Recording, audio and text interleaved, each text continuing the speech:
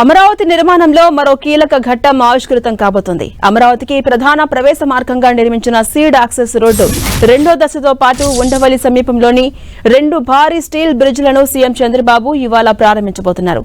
ఈ మార్గం అందుబాటులోకి వస్తే విజయవాడ నుంచి అమరావతికి రాకపోకలు మరింత వేగంగా సులభంగా మారబోతున్నాయి.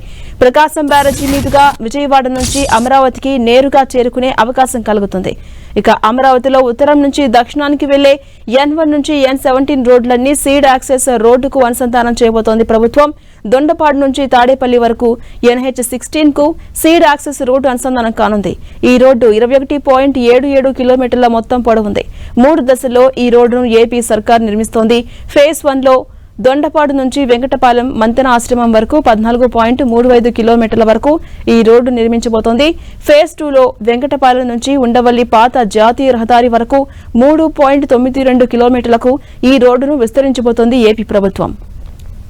ఇక ఫేజ్ 2 లో 2 స్టీల్ బ్రిడ్జ్ల నిర్మాణాలను ఏపీ సర్కార్ పూర్తి చేయబోతోంది. ఫేజ్ 3 లో 3.50 కిలోమీటర్ల ఎలివేటెడ్ కారిడార్ నిర్మించబోతోంది. ఉండవల్లిలోని బకింగ్ హోమ్ కెనాల్ పై 110 మీటర్ల స్టీల్ బ్రిడ్జ్ ను ఏర్పాటు చేయబోతోంది.